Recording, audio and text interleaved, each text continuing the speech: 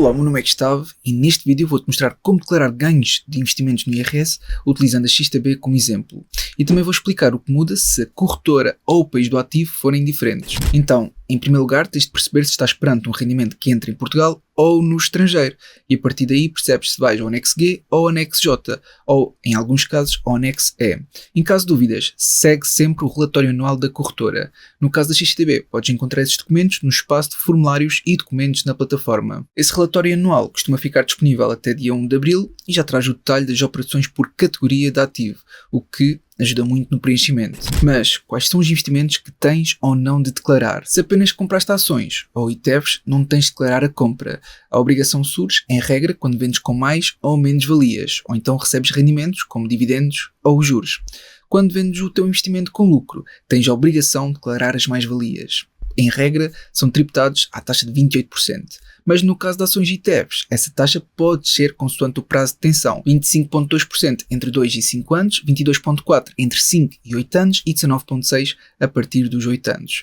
Por exemplo, se vendes uma ação que detiveste durante 10 anos, com mais-valias, em vez de pagares os 28% de imposto, pagas apenas 19,6%. No anexo G, vais declarar apenas vendas de ações quando estás perante ativos emitidos por entidades residentes em Portugal.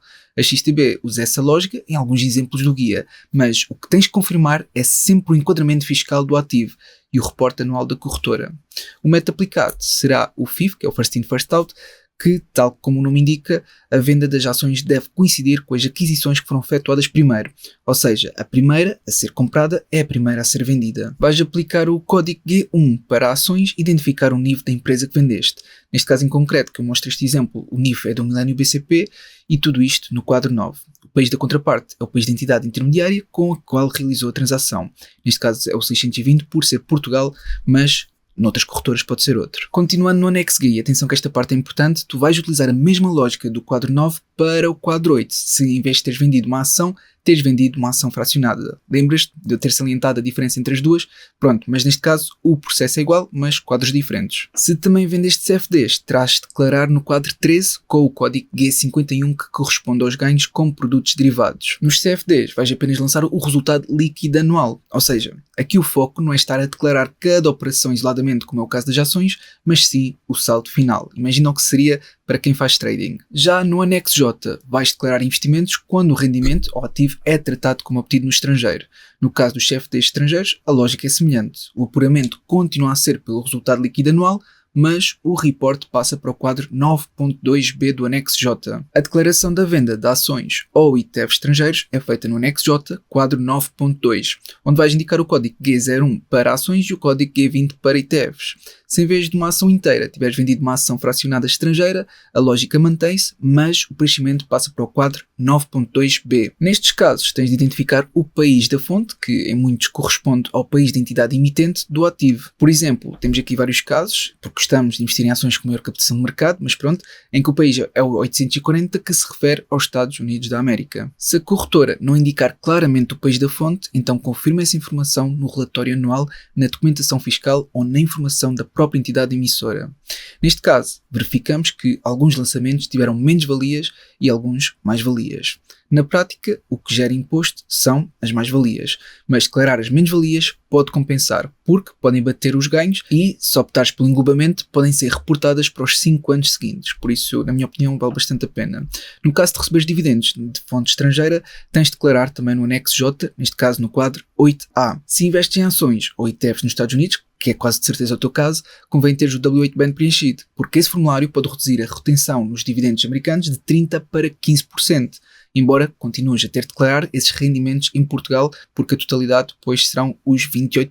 Se tiveres dúvidas sobre o W8BAN, então tenho um vídeo separado só sobre como preencher, porque é normal que surjam estas dúvidas, porque então retém 15% e eu tenho 28% da totalidade por pagar. Sim, tens, ou seja, retém os 15%, mas faltam os restantes 13% porque a totalidade são os tais 28%. Como estamos a declarar dividendos do estrangeiro, então vamos utilizar o código E11, que é o país da fonte referente ao respectivo país do dividendo.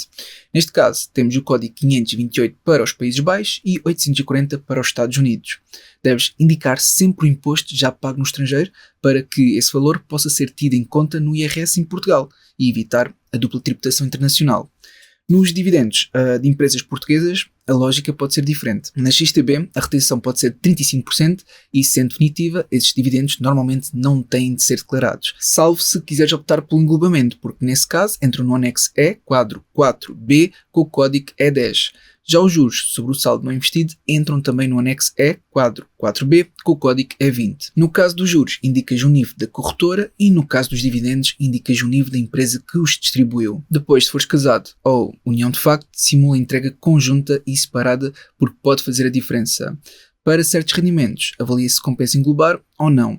Não precisas de englobar tudo, porque se quiseres optar pelo englobamento, tens de o fazer no quadro próprio do anexo correspondente. Se quiseres optar pelo englobamento, tens de o fazer no quadro próprio no anexo correspondente. No anexo G, no quadro 15, no anexo J, no quadro 9.2c. Há ainda uma exceção importante, que se venderes ações detidas há menos de 365 dias e o teu rendimento coletável atingir certos níveis, o englobamento pode ser obrigatório. No caso de 2025, são 83.696 euros. Em termos práticos, o englobamento tende a fazer mais sentido quando a tua taxa efetiva de IRS for inferior a 28%.